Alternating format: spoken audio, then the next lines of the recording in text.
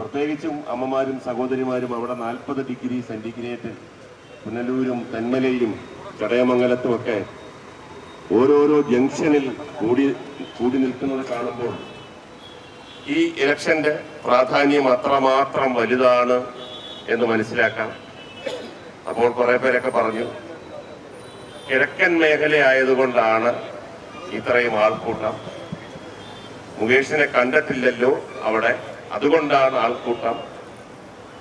കുറച്ചുപേര് പറഞ്ഞു ഇപ്രാവശ്യം ഒരു രാഷ്ട്രീയ മത്സരമല്ല, ഒരു കലാകാരനെ നിർത്തി ഉള്ള മത്സരമാണ്. അങ്ങനെയാണെങ്കിൽ 2 പ്രാവശ്യം ഇവിടെ നിയമസഭാ തെരഞ്ഞെടുപ്പ് നടന്നതും രാഷ്ട്രീയമല്ലായിരുന്നു. കഴിഞ്ഞ പ്രാവശ്യം AICC മെമ്പറിനെ തോൽപ്പിച്ചതും രാഷ്ട്രീയമല്ലായിരുന്നു. ആൾക്കൂട്ടം കാണുമ്പോൾ പല കാര്യങ്ങളും വിളിച്ചു പറയുന്ന കൽപ്പനകളായിട്ട് മാത്രമേ നമ്മൾ അതിനെ കണക്കാക്കിയിട്ട് കാര്യമുള്ളൂ. അമ്മമാരും സഹോദരിമാരും ഉൾപ്പെടെ ഇത്രയും വലിയ ഒരു ജനക്കൂട്ടം വരുന്നത് എന്തുകൊണ്ടാണ് എന്ന് ചോദിച്ചു കഴിഞ്ഞാൽ, സാധാരണ നേരത്തെ പറഞ്ഞതുപോലെ പാർലമെന്റ് ഇലക്ഷനിൽ അങ്ങനെ വലിയ ഞാനും 1-2 പാർലമെന്റ് ഇലക്ഷനിലൊക്കെ പ്രചരണത്തിന് പോയിട്ടുണ്ട്. അവിടെയൊക്കെ ഇങ്ങനെ വണ്ടി പോകും, സൈഡിൽ നിന്ന് ആൾക്കാർ ഇങ്ങനെ കൈ കാണിക്കും. കാര്യം ഒരുപാട് വിസ്തീർണമുള്ള സ്ഥലമാണല്ലോ പാർലമെന്റ്. എന്നാൽ നിയമസഭ തെരഞ്ഞെടുപ്പ് വരുന്ന പ്രചരണത്തിനേക്കാൾ ആവേശം വരുന്നു എന്ന് പറഞ്ഞു കഴിഞ്ഞാൽ നമ്മൾ മലയാളികൾ, പ്രത്യേകിച്ചും കൊല്ലംകാർ, ചുവപ്പ് കോട്ടയാണ്, ചെങ്കോട്ടയാണ് കൊല്ലം, എല്ലാവർക്കും അറിയാം.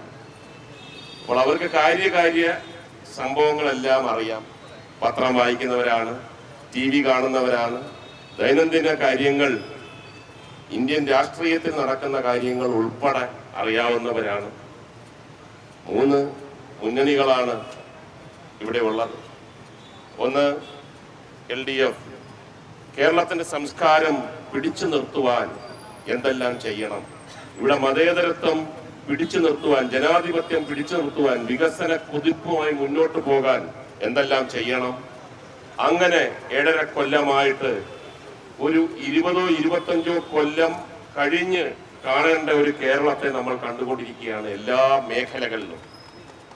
അപ്പോൾ അതെല്ലാം മുന്നോട്ട് കൊണ്ടുപോകണം എന്നാഗ്രഹിക്കുന്ന LDF,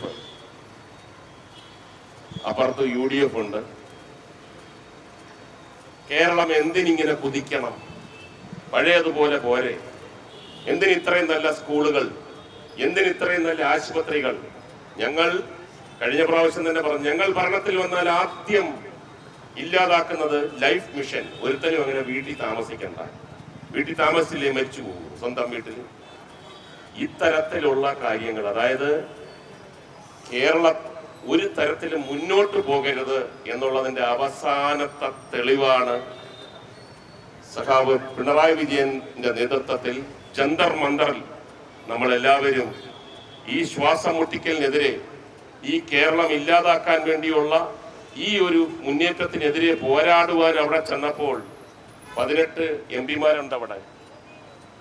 ഒരു മനുഷ്യന്റെ ഒരു പൊടി പോലും കണ്ടില്ല, നമ്മുടെ ഉൾപ്പെടെ. കാരണം കേരളത്തിന് വേണ്ടിയുള്ള പോരാട്ടമാണ് അവിടെ നടന്നത്, കേരളത്തിന്റെ നിലനിൽപ്പിനായുള്ള പോരാട്ടമാണ് അവിടെ നടന്നത്. അപ്പോൾ ഇവരെവിടെ പോയിരുന്നു?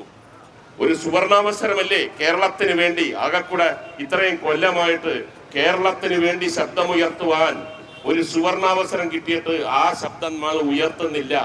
കേരളം അധോഗതിയിലേക്ക് പോയിക്കോട്ടെ എന്ന് പറയുന്ന ഒരു UDF.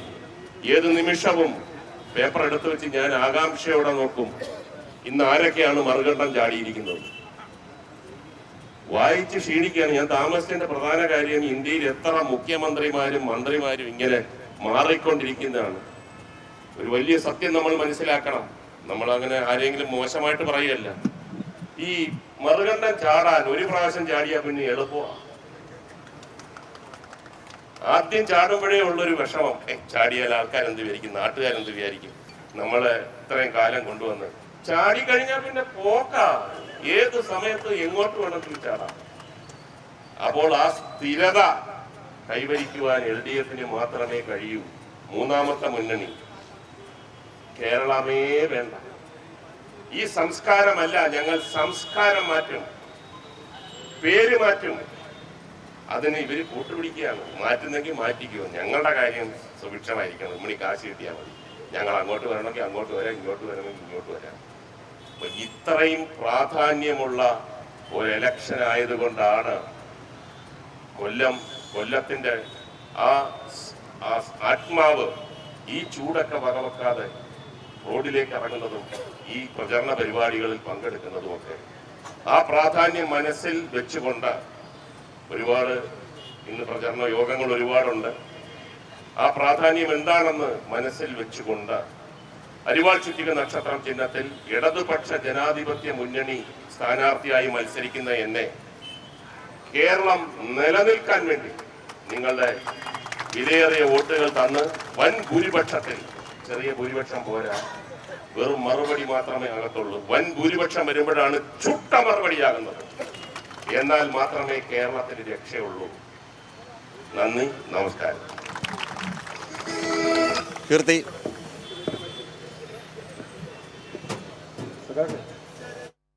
രാജ്കുമാർ, എന്തായാലും വലിയ തരത്തിലുള്ള പ്രചരണം തന്നെയാണ് കൊല്ലത്ത് നടക്കുന്നത്. ഇപ്പോൾ ചവറയിലുള്ള സ്വീകരണ പരിപാടിയാണ് കാണാൻ സാധിക്കുന്നത്.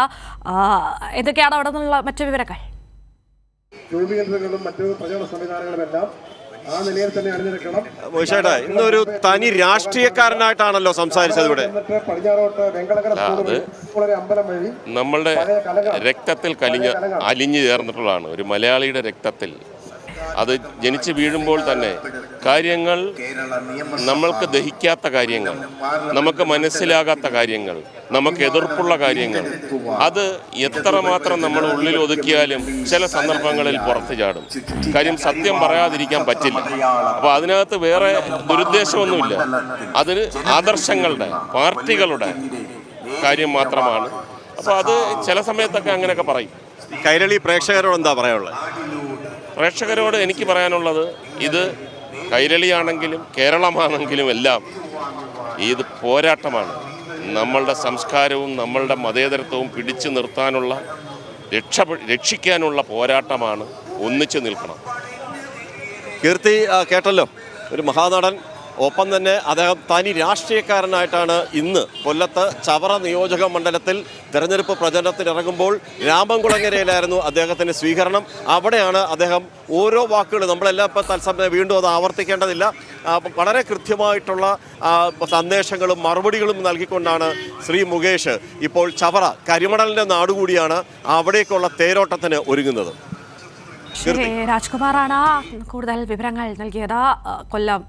കൊല്ലത്തെ LDF സ്ഥാനാർത്ഥി മുകേഷ് ചവറ മണ്ഡലം കേന്ദ്രീകരിച്ചാണ് ഇന്ന് പ്രധാനമായി പ്രചരണം നടത്തുന്നത്. പരമാവധി വോട്ടർമാരെ നേരിൽ കാണാനുള്ള ശ്രമങ്ങളാണ് നടത്തുന്നത്.